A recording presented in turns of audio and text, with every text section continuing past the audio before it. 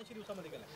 ते आता मी बाप्पांसोबत बोलून आम्ही चर्चा करून मग ते आमची काय चर्चा होते, मी काय त्यांना बोलेन किंवा ते मला काय बोलतील त्यावर आम्ही त्यावर प्रतिक्रिया देऊ. गावकऱ्यांची मागणी होती चार्जशीट दाखल करण्यापूर्वीच नियुक्ती व्हायला पाहिजे होती उज्ज्वल निकम यांची, परंतु एक दिवसातच त्यांची नियुक्ती केली आणि दुसऱ्या दिवशी चार्जशीट दाखल. मग उपोषण करण्याचं कारणच ते होतं ना की लवकरात लवकर सरकारी वकील साहेबांची नियुक्ती करा. मग आपण 25 तारखेला उपोषण ज्या दिवशी सुरू केलं अन्नत्याग उपोषण, त्या दिवशीच खऱ्या अर्थानं ही उशिरा नियुक्ती झाली आणि त्याचं पत्र आपल्याला आमदार सुरेश अण्णा धस यांनी काल 26 तारखेला काल आपल्याला त्यांनी दिलं.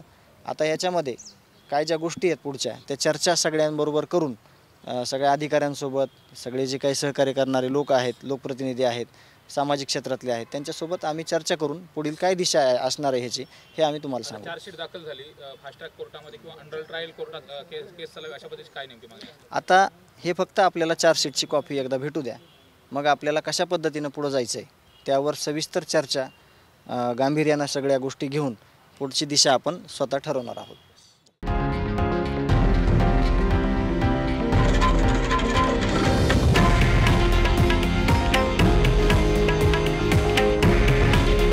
हे आहे देशातील नंबर 1 न्यूज नेटवर्क आणि आपण पाहत आहात TV9 मराठी.